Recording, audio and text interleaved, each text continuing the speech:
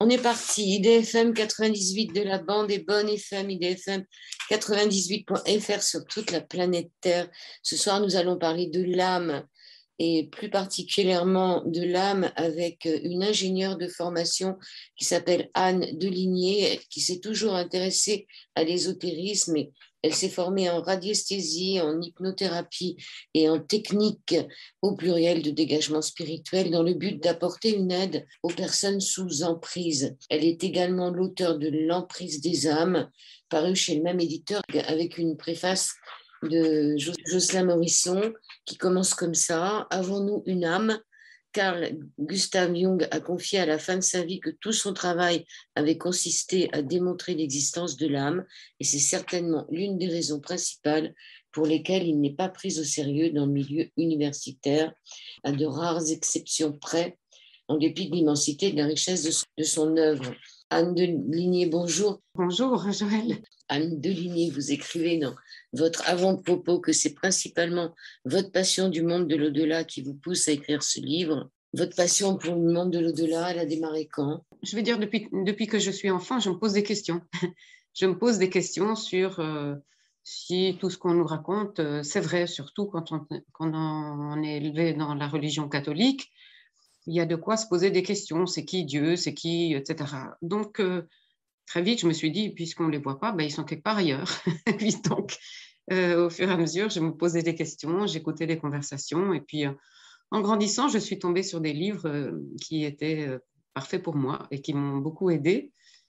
Et c'est surtout ça à comprendre parce que je n'aime pas, je n'accepte pas ce que je ne comprends pas. Donc des livres qui étaient plus particulièrement basés sur l'âme plutôt que sur la religion. Oui, ce que je dis n'a rien à voir avec la religion. Hein. Ça doit être très clair. Je le dis d'ailleurs dès le début. Ça n'a rien à voir. Un être humain est un être humain. Et quand il meurt, quand son corps physique meurt, eh bien, il y a quelque chose qui survit, de quelque religion qu'il soit. Alors après, chaque religion a interprété ça à sa manière, mais les faits sont les faits, disons. Hein. Et puis aujourd'hui, quand même, Joël, il y a tellement de témoignages d'expériences de vie après la mort, dans n'importe quel continent, n'importe quelle religion, et le cheminement est plus ou moins le même. Donc moi, je ne rentre pas dans la dialectique du début, je vais dire, de quand on se pose des questions là-dessus. Pour moi, une âme, elle existe et je pars de là, quoi. Je l'appelle moi âme, pas parce que j'ai un background catholique, mais par respect pour la personne qui a juste plus de corps. Qui n'a plus de corps, mais bon, l'âme, elle est avec nous en ce moment. On est incorporé, on est vivant, l'âme est là aussi. Il n'y a pas que des âmes sans corps. Bien sûr. Donc, nous avons notre âme, mais je parle de quand notre corps physique n'est plus là. L'âme, ben, elle reste. Alors, elle fait un voyage, elle part là où elle doit aller, elle a besoin d'aide. Hein. C'est pour ça qu'il y a tous ces rituels. Dans quelques religions que ce soit, il y a des rituels. Ce qui est dommage, c'est qu'on en est de moins en moins, mais bon. Donc, elle a besoin parfois d'aide et pour aller là où elle doit aller, hein, que j'appelle, disons, le monde des âmes. Mais parfois, elle reste. Parfois, elle reste pour X raisons que j'espère expliquer assez bien dans mon premier livre, L'emprise des âmes. Elle peut rester pour beaucoup de raisons. Alors, soit les vivants lui demandent de rester, soit elle est en colère, elle est dans des énergies qu'elle n'arrive plus à contrôler, etc., etc. Et donc, c'est de ces âmes-là dont je m'occupe avec le dégagement des âmes. Et au fur et à mesure de ma pratique d'hypnose spirituelle, eh bien, je me rends compte, pas moi, mais les autres aussi, que la plupart de ces âmes que l'on trouve attachées à certains humains viennent d'autres vies de la personne qui vient me voir. Et c'est très intéressant de constater ça. On reviendra dessus après, mais qu'est-ce qu'on pourrait faire? Alors, quels sont ces rituels qu'on pourrait faire déjà pour qu'une âme qui s'envole au moment de la mort puisse déjà trouver un passage plus facile? Quel serait le rituel ou les rituels? Écoutez, les rituels, il y en a dans toutes les religions. Moi, je ne dis pas qu'il y en a un qui est meilleur que l'autre. Hein. Ça dépend de ses propres croyances à soi. Toujours est-il que... Qu'est-ce que vous feriez, vous, si vous aviez quelqu'un de proche qui s'en va? Qu'est-ce que vous feriez comme rituel? Ah ben, d'abord, moi, j'aime me mettre en contact sans, pour ça, forcer la personne, disons. Hein. Mais d'ailleurs, souvent, la personne, donc l'âme, peut venir hein, quand vous avez perdu des êtres proches. Vous les sentez souvent autour de vous, à côté de vous. Vous croyez même qu'ils vous parlent. Parfois, vous sentez leur odeur. Il y a toutes ces choses-là. Mais pour les aider à bien partir, d'abord, c'est à ces personnes-là déjà à bien mourir. C'est très important. Le bien mourir est extrêmement important. Et si la personne meurt bien, dans la paix, dans l'amour, elle aura pu dire tout ce qu'elle avait besoin de dire, hein, que ce soit du pardon, de l'amour, de la reconnaissance. Donc, quand elle est comme ça, alors elle va poursuivre son chemin. Les rituels peuvent être l'encens. Hein. L'encens, ce n'est pas simplement des bonnes odeurs, hein, c'est quelque chose qui a un réel impact pour, comment je vais dire, fluidifier, pour aider les âmes. Donc, il y a tous ces rituels-là. Les prières, bon, c'est bien les prières, mais il ne faut pas réciter des prières. Hein. Du moment qu'on est dans l'amour, c'est une prière, quoi. Hein. Et respecter le mort, l'âme, voilà, c'est de ça dont il a besoin. Alors après, il y a beaucoup de rituels. Les bouddhistes, ils mettent des bougies, les orthodoxes aussi. Oui, il y a beaucoup de choses. Et la personne décédée, l'âme, ben, elle va très bien comprendre, puisque si elle a été élevée dans la religion, disons, orthodoxe, ben, elle est contente qu'on lui allume une bougie pendant 40 jours à côté de sa photo et qu'au bout des 40 jours, il y ait une messe ou quelque chose pour elle. Donc, ça, ce n'est pas vraiment l'important. L'important, c'est de bien mourir. Parce que si on ne meurt pas bien, on peut rester ici. C'est ça qui est important. C'est bien d'en parler. Le corps, donc ce corps qui vient de mourir, à votre avis, l'âme, elle reste combien de temps à tourner autour? Est-ce qu'elle s'en va tout de suite ou est-ce que, parce qu'on dit qu'il ne faut pas brûler les gens avant 3 jours déjà que... Oui, écoutez, moi, je ne suis pas spécialiste dans ce domaine, mais on peut écouter ce que vous dit l'âme. Que quelqu'un soit mort dans un accident de voiture et la voiture a brûlé, bon, bah, ce n'est pas sa faute. Moi, je pense que l'enveloppe corporelle que vous laissez, c'est une enveloppe corporelle. Ce qui est important, c'est l'âme. Mais il y a une chose sur laquelle j'insiste, c'est qu'il ne faut pas, comment je vais dire, pressionner, stresser l'âme en disant « Ouais, j'arrive, regarde, j'ai des bougies, j'ai ceci, j'ai cela. Il faut qu'elle aille dans la lumière, il faut qu'elle aille dans la lumière. » Qui sommes-nous pour donner des ordres à une âme et pour lui dire « Va dans la lumière » et tout? Elle ira quand elle est prête. Alors, elle sera prête. Vous savez, moi, je rencontre des âmes qui sont là depuis des siècles, hein, parce que personne ne s'est jamais occupé d'elle et s'est jamais occupé de lui dire « Vous pouvez y aller ». Il y en a qui ne savent même pas qu'ils sont morts, et qui croient que c'est toujours la guerre. Donc, ça dépend. Chaque cas est différent. Quand vous dites « Je rencontre des âmes qui sont là depuis des siècles », ce sont des âmes qui sont, comme vous le dites dans votre livre, plutôt des parasites pour des personnes vivantes, c'est ça? C'est des âmes qui ne se sont jamais réincarnées parce qu'elles n'ont pas trouvé le chemin? On peut dire ça si vous voulez. Moi, je ne dis pas que ce sont des parasites parce que certainement pas une âme, elle n'est pas méchante. Elle s'accroche à des humains, comme je disais tout à l'heure, pour diverses raisons. Hein. Ça peut être son conjoint, ça peut être son enfant, ça peut être ceci, cela. Et puis parfois, on rencontre des âmes qui, comme je vous dis, qui sont là depuis longtemps et je me rends compte qu'elles cherchent, disons, elles ont eu un accident de voiture, une maman, elle va chercher son enfant. Elle voudra rester avec son enfant, l'aider et tout ça. Et puis le temps passe, elle ne s'est jamais rendu compte que l'enfant, lui, il a grandi et puis il est mort et qu'il est là où il doit aller et elle ne le sait toujours pas. Donc je les mets en contact. Donc ça dépend, vous voyez, chaque histoire est différente et si les âmes sont avec nous, c'est sûr, une âme autre que la nôtre, hein, je dis bien, c'est sûr que ça va vous gêner, ça peut provoquer un mal-être. Une âme peut vous pousser à faire des tas de choses que vous ne voulez pas, selon les énergies, les émotions dans lesquelles elle est. Si elle est morte en colère, si elle est morte dans un sentiment d'injustice, de vouloir de vengeance, ou bien de tristesse, etc., elle va rester comme ça si on ne l'aide pas. Quelles sont les plus vieilles âmes que vous avez retrouvées au niveau du temps? C'est-à-dire du temps... parce que le temps n'existe pas là-bas. Donc, voilà, le temps n'existe pas. Disons, bon, alors une âme, elle peut se réincarner avec disons, une personne vient me voir, je vois avec elle une âme très ancienne qui date de quand elle vivait au Moyen Âge. Alors bon, Je peux vérifier si je voulais, mais je ne le fais pas, si cette même âme l'a accompagné dans différentes incarnations, chaque fois la même. Ce n'est pas intéressant. Ce qui est intéressant pour moi et pour la personne qui vient, c'est qu'elle soit libérée. Hein. Donc, oui, moi, elles peuvent être le Moyen-Âge, Rome aussi, la Rome ancienne. Voilà, il y a de tout, il y a de tout. Mais ça dépend de nouveau des incarnations de la personne. Hein. Donc, comme vous savez, on a des quantités d'incarnations, mais nous sommes en relation, en liaison, en lien avec certaines vies qu'on peut appeler ouvertes.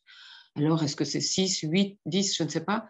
Les vies que nous avons choisi d'approfondir, de réparer, de poursuivre, si vous voulez. Et alors, on peut avoir des réminiscences de lieux, d'endroits. On peut être attiré par l'Afrique, par l'Égypte, ou je ne sais pas. On peut être attiré par certaines personnes, comme vous savez. Ce sont des personnes avec qui on a vécu dans d'autres vies. Enfin, il y a tout ça. C'est pour ça que j'ai écrit ce livre qui s'appelle Mes vies antérieures, mes ancêtres et moi, parce que justement, tout est lié. Vous voyez?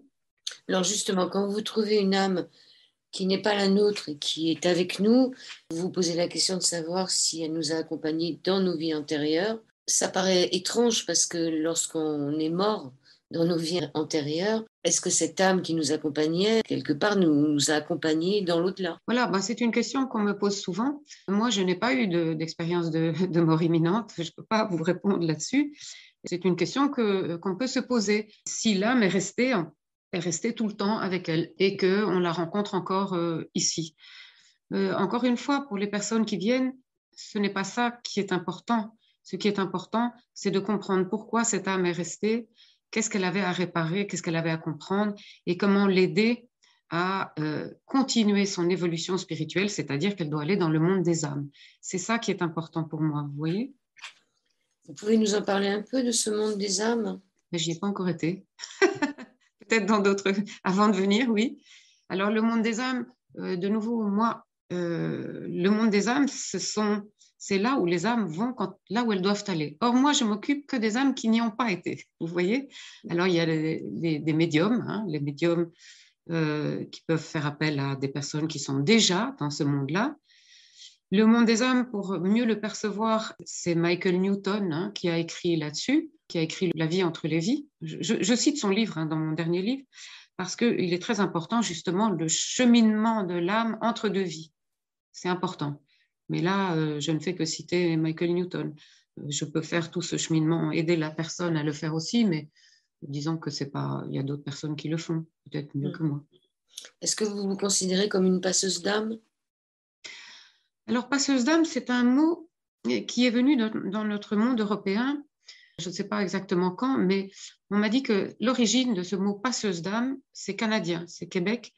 Ce sont les personnes qui aident les personnes à mourir. Oui. Enfin, qui les accompagnent, excusez-moi, qui les accompagnent lors de la mort et donc qui aident l'âme à passer de l'autre côté. Hein, moi, ce que je fais pas ça. Les âmes, elles sont déjà de l'autre côté. Alors bon, je sais que c'est un terme qui est venu ici. Je ne me dis pas passeuse d'âme. Pourquoi? Parce que c'est comme si moi, je faisais quelque chose. Donc moi, ce que je fais simplement, c'est aider l'âme à partir, à pouvoir partir, à se dégager de ce monde physique où elle est coincée.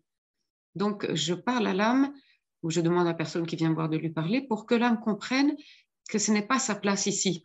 Même si elle dit non, mais moi je suis le grand-père, je dois aider la petite fille qui est là. Donc je lui dis écoutez, la petite fille, elle a grandi, elle n'a plus besoin de vous, etc. Donc c'est aider les âmes qui sont là à aller dans le monde qui est le leur, ou très important, où elles vont continuer leur évolution spirituelle, hein, je répète. D'accord, donc le fait de vouloir garder un ancêtre qui nous protège, c'est ni bon pour l'ancêtre, ni pour nous-mêmes. Exactement.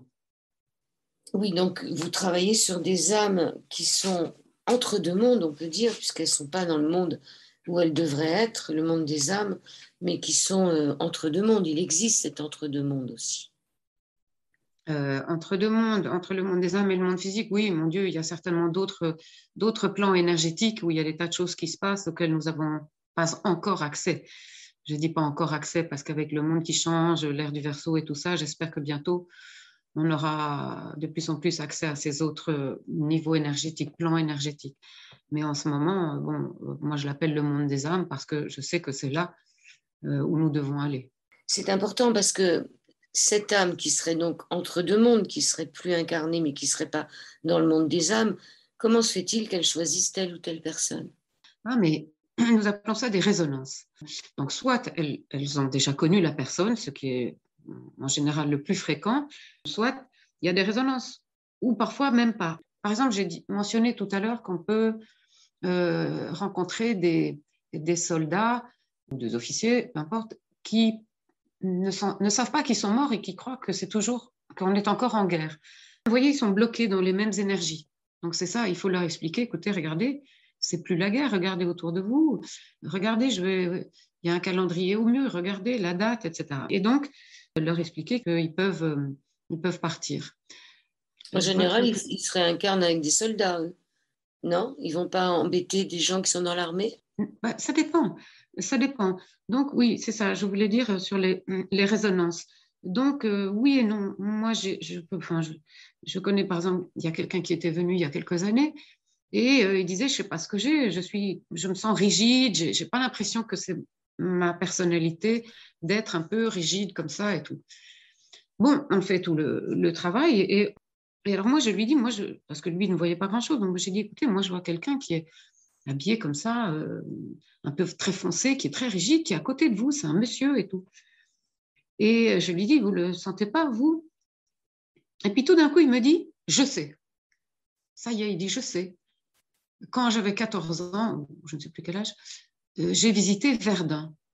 Et quand je suis sortie de ce qu'on visite là à Verdun, je sentais bien que j'étais plus le même. Et donc, on s'est rendu compte qu'il avait avec lui un officier, même allemand, je crois, qui ne savait même pas que la guerre était terminée, mais il était statique, c'est-à-dire il était resté dans sa personnalité d'homme rigide qui doit faire ça, ça, ça. Alors, il fallait parler et le convaincre que voilà, que la guerre est finie, que je ne l'accuse pas d'avoir perdu du temps puisque le temps n'existe pas, mais qu'il faut maintenant qu'il continue son évolution. Alors, pourquoi il s'est accroché à ce petit garçon? Alors, est-ce que celui-là, son grand-père ou je ne sais pas quoi, avait été à Verdun aussi? Je ne sais pas. Mais il y a en général des résonances, mais parfois il n'y en a pas. Il y avait une grosse émotion, peut-être. Le petit garçon a laissé rentrer, il a C'est laissé ça. rentrer parce qu'il y avait une émotion. Il peut y avoir ça aussi quand on a une grosse émotion, donc on perd ses protections naturelles. Hein, quand on a je dis quand on a, oui, un choc physiologique, psychique, un accident ou évidemment aussi les avortements. Hein, ou des anesthésies totales, quand on perd ses protections, quand on a un grand choc physique, ça peut être aussi un viol, on se retire, à ce moment-là, il y a d'autres âmes qui peuvent arriver, ça dépend. Et alors, celles qui arrivent, ça peut être tout à fait, comment je vais dire, imprévu, dans le sens où on ne dirait pas qu'il y a des résonances. Quelqu'un qui a eu une anesthésie générale, attention, je demande aux auditeurs de ne pas penser que c'est toutes les anesthésies générales, mais surtout avant, maintenant elles sont plus légères, quand on a une anesthésie générale, on quitte son corps. Hein. On quitte son corps et puis il peut se faire que dans l'hôpital, il y a quelqu'un qui meurt, qui ne sait pas trop où aller, hein, là, mais ne sait pas trop où aller, elle voit un corps là qui a chaud et elle peut rentrer et quand la personne rentre dans son corps, elle est plus seule. Alors elle va vous dire, c'est bizarre, depuis mon opération, j'ai changé de goût. Je sais pas, j'aime les épinards, avant j'aimais pas, ou bien je me sens différente. Enfin bon, ce sont toutes des choses qui peuvent arriver quand on perd ses protections naturelles. Mais aujourd'hui, vous voyez, je trouve que les énergies du monde changent très très vite et je crois que de plus en plus, on se rend compte de ce qui se passe et de ce qui peut se passer. Voilà. Est-ce qu'il vous est arrivé, Anne de Ligné, de trouver plusieurs âmes dans une même personne, en Oui, dehors oui. de la sienne? Oui, oui, oui. Oui, oui. C'est même, je ne veux pas dire fréquent, mais oui, quand même, oui, oui. Et comment ça se présente alors? Comment vous les voyez chacune? Vous avez un nombre qui apparaît? Comment ça se passe? Mais moi, je les vois pas toujours, c'est plutôt la personne qui les ressent ou qui les voit. Moi, je peux les voir aussi si je me connecte, mais vous voyez, moi, j'essaye toujours que ce soit la personne. c'est sa vie, ça lui appartient. Donc j'essaie que ce soit elle, vraiment elle, qui comprenne ce qui lui arrive. Je ne vais pas dire à une personne, ah, je sens que vous avez une âme comme ceci, comme cela, je vais vous aider, je vais la faire partir. Ça, je ne fais pas. Hein, je ne fais pas. C'est l'âme qui part quand elle est prête. Est-ce qu'il y en a plusieurs? Oui. Alors, au début, c'était un peu perturbant quand je pratiquais au début. Je me rendais compte que la personne, elle allait toujours pas très très bien. Et donc, je demande alors maintenant toujours, est-ce qu'il y a quelqu'un d'autre qui n'est pas avec X ou Y et qui n'est pas X ou Y? Et puis, je peux trouver, oui, encore une personne, 2 personnes, 3 personnes. Dans mon livre L'emprise des âmes, je parle de ce cas extrêmement intéressant de cet Américain Billy Milligan. C'est très, très intéressant et je ne vais pas en parler maintenant parce que c'est un peu long, mais je le mets en annexe dans mon livre. Il y a un livre qui s'appelle Les 1001 vies, je crois, de Billy Milligan, écrit par son avocat. C'est très intéressant. Donc lui, il avait 24 vies, je crois.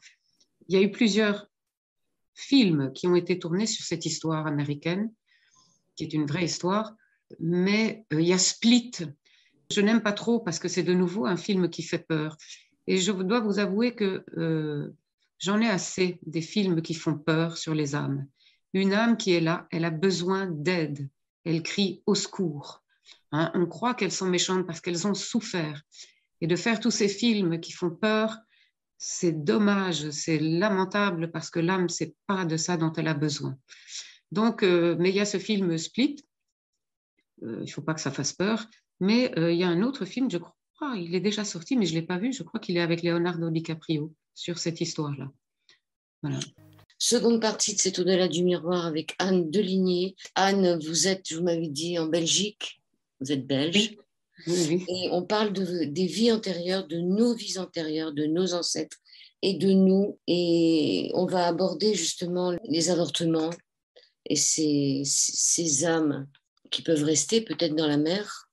Oui. Alors là, je dis tout de suite, je ne suis pas, si je parle d'avortement, ça n'a rien à voir avec une religion et je ne suis pas contre l'avortement, je suis contre la manière dont ça se fait. Ce n'est pas anodin.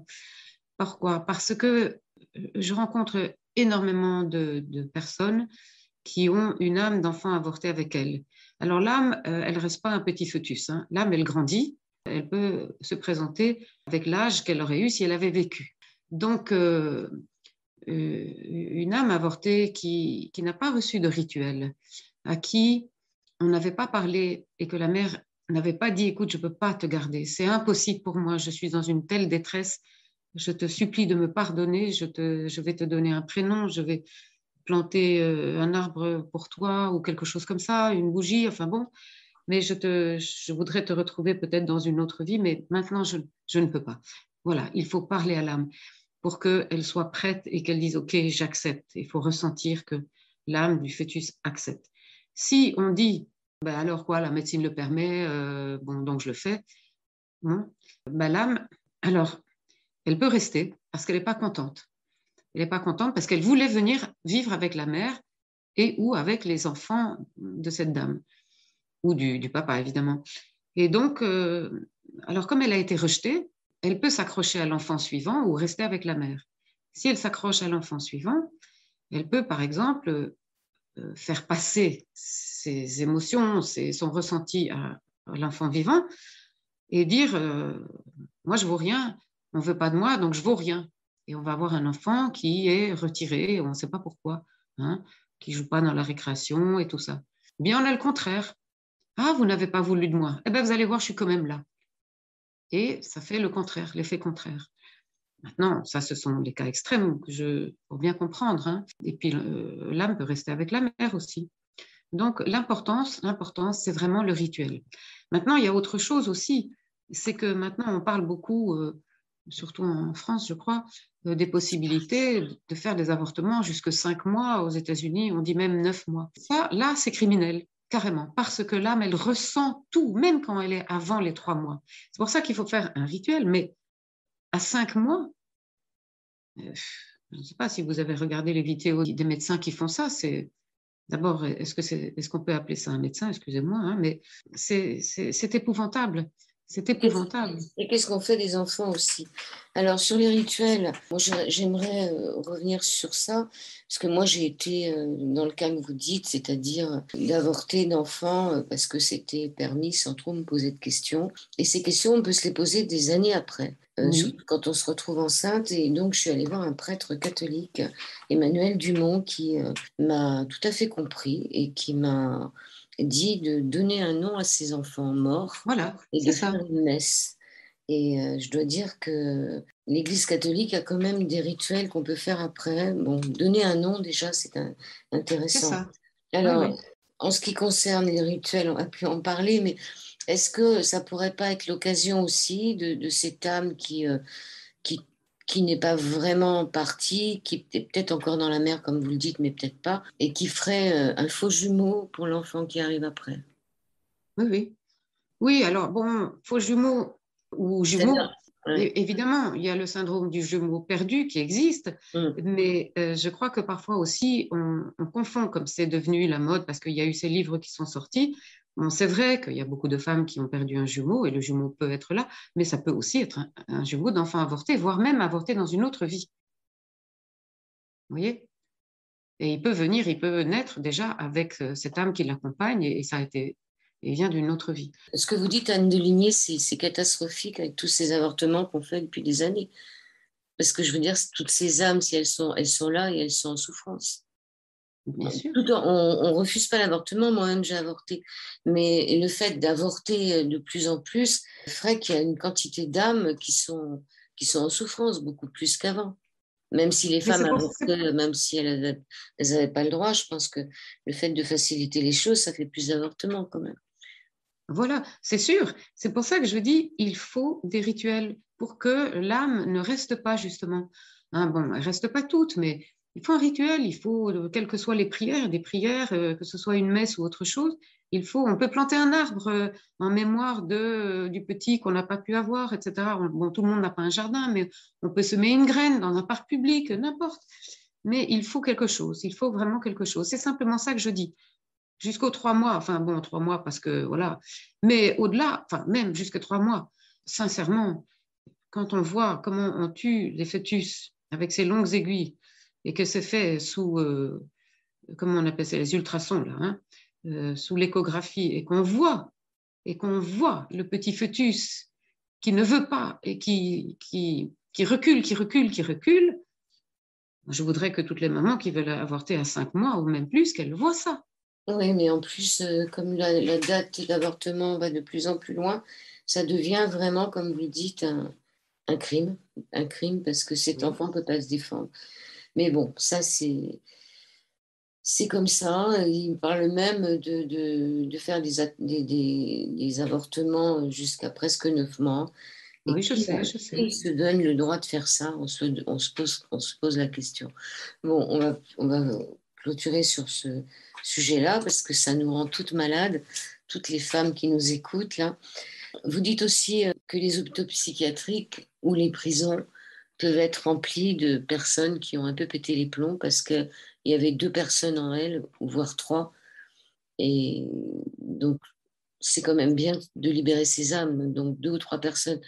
Oui, oui, c'est important. C'est très dommage que des personnes qui font le travail que je fais n'aient pas accès à aider les personnes qui sont en soins psychiatriques parce que chez nous, en France, en Belgique, vous voyez, tant qu'on n'accepte pas que l'âme existe et qu'elle peut, et qu'une âme peut molester une personne, bah, ça va rester comme ça. En Angleterre, En où j'ai Angleterre, appris tout ça, en Angleterre, là, ce sont des psychiatres qui forment les gens. J'insiste toujours là-dessus, parce que eux, ils savent que quelqu'un qui est en hôpital psychiatrique, pas tous évidemment, hein, pas tous bien sûr, mais peuvent être guéris s'ils ils passent par la libération de là où les âmes qui les possèdent là, ce ne sont pas des âmes qui sont dans les auras, ce sont vraiment des âmes qui sont entièrement dedans. Hein. Et alors pour ça, je recommande à tout le monde de lire le fameux livre de Carl Wickland qui s'appelle 30 ans parmi les morts. Hein, ça, c'est vraiment extraordinaire. Mais ça, ce livre, Carl Wickland, il est mort, je crois, en 1945.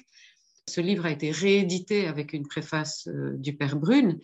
C'est magnifique parce qu'on se rend compte, quand moi j'ai lu ce livre, qu'est-ce que j'avais, je sais pas, j'étais jeune, hein, mais j'étais tellement choquée, je me suis dit, mais comment se fait-il qu'on ne parle jamais de ce phénomène?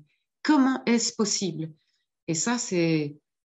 Parce qu'on est dans le matériel et que bon, l'âme ou l'esprit, comme on veut l'appeler, c'est pas quelque chose de tangible et que surtout on peut pas y toucher, ou tout du moins. Non, c'est tout simplement parce qu'on a mis la spiritualité du côté de la religion et la science est restée science sans aucune spiritualité.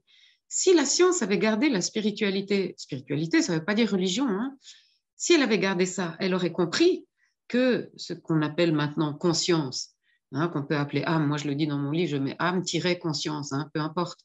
Mais disons, elle aurait compris, elle aurait travaillé avec la télépathie, elle aurait travaillé avec beaucoup, beaucoup d'autres choses que dans d'autres civilisations, je vais dire qui sont tout à fait acceptées dans d'autres civilisations qui sont très, très intéressantes. Et aujourd'hui, notre science à nous, elle a tout rejeté. Et alors, malheureusement, c'est trop dommage. On est dans un matérialisme épouvantable et on paye pour des tas de choses, on paye pour avoir encore plus, y compris pour avoir une meilleure santé, on paye pour vivre le plus vieux possible, on paye pour je sais pas trop quoi, moi. Alors que, qu'est-ce qui compte? C'est être qui compte. C'est ça, si seulement... Vous voyez, heureusement, je vois que dans les écoles, je crois, ça commence à venir des méditations pour enfants, la communication non violente. Ce qui est important, c'est être dans l'amour, dans l'harmonie, dans tout ça, et pas avoir toujours plus. Voilà.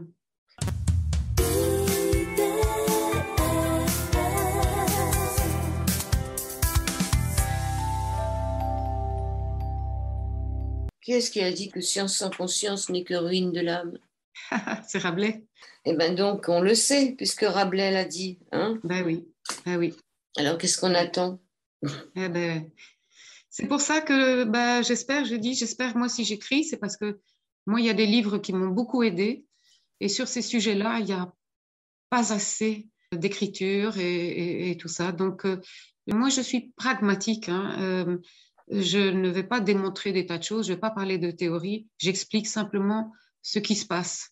Alors, expliquez-nous voyez, comment se passe une séance chez vous. Vous faites de l'hypnose, hein, je crois que vous faites tout par hypnose. Comment ça se passe? Oui, vous savez, hypnose encore, c'est un grand mot. Hein.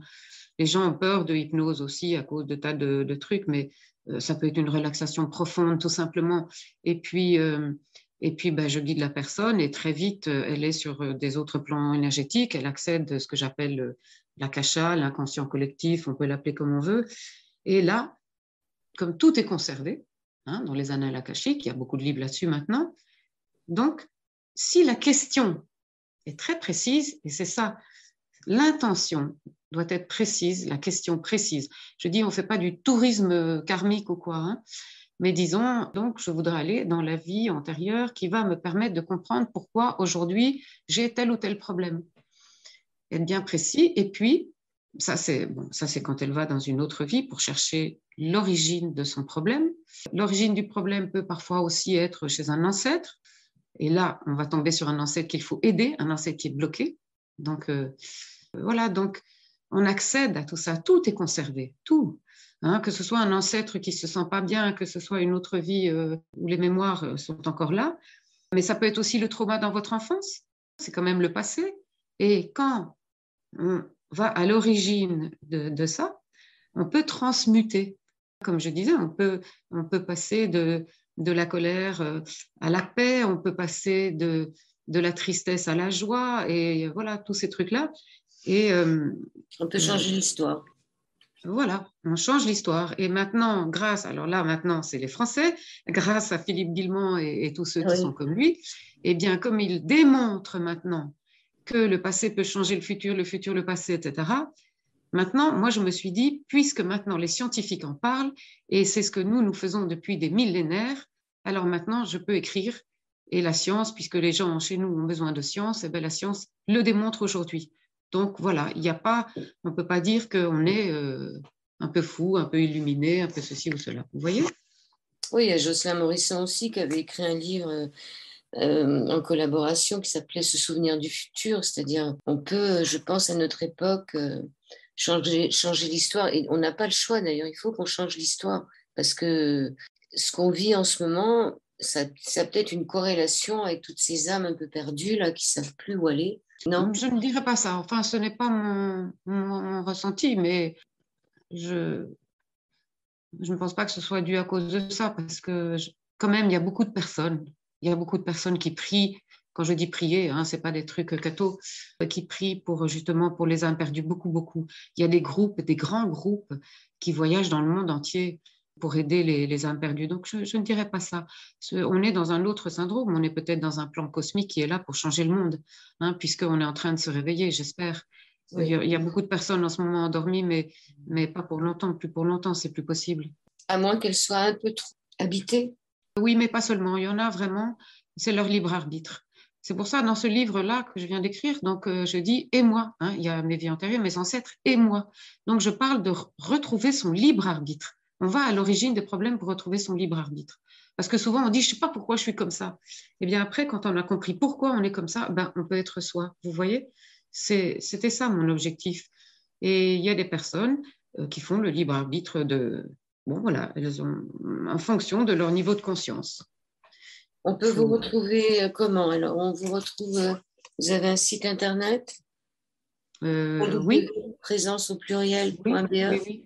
Oui, mais je dois quand même dire qu'en ce moment, je ne reçois quasiment plus parce que j'ai eu suite à ce livre un peu un tsunami de demandes et en ce moment, je dois arrêter. Mais il y a beaucoup de mes collègues qui continuent et puis vraiment, je pense que le monde est prêt maintenant. Il y a beaucoup de jeunes qui sont très médiums, qui comprennent ça très, très vite et j'ai confiance dans la jeunesse qui arrive.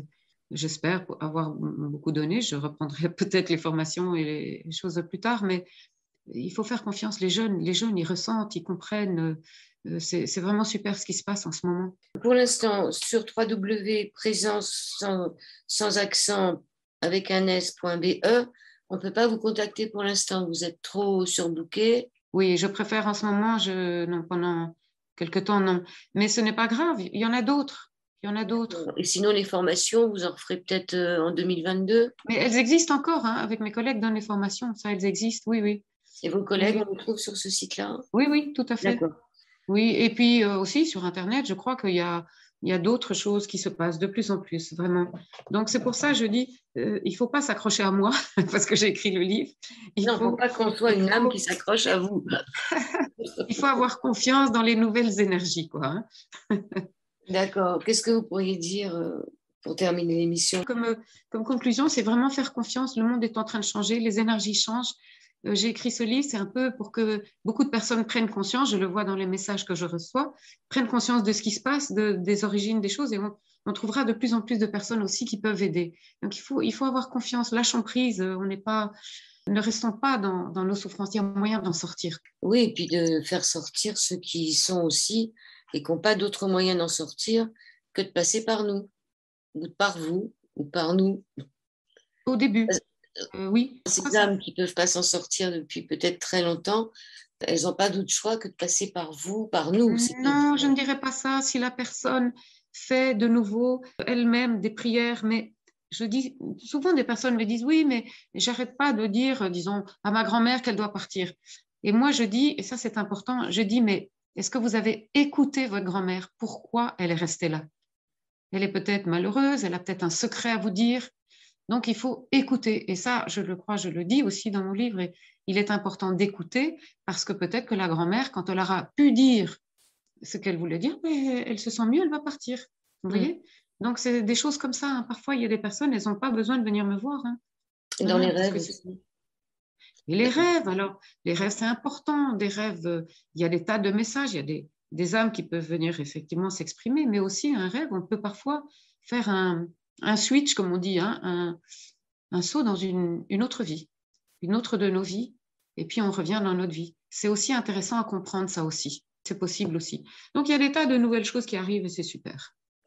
Le livre de Anne Deligné, Mes vies antérieures, mes ancêtres et moi, avec une préface de Jocelyn Morisson, et publié aux éditions Exergue. Merci beaucoup. Merci Anne Deligné. Merci beaucoup Joël, un grand plaisir.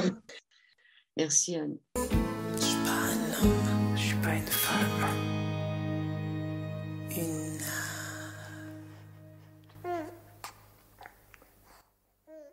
Et Jung nous dit le drame de l'être humain au XXe siècle, c'est qu'il s'est amputé de son âme. Il faut sortir son âme de sa prison. IDFM 98 de la bande FM Au-delà du miroir, chaque lundi de 21h à 22h, à retrouver sur le site de la radio IDFM ou sur ma chaîne YouTube Joël Vérin.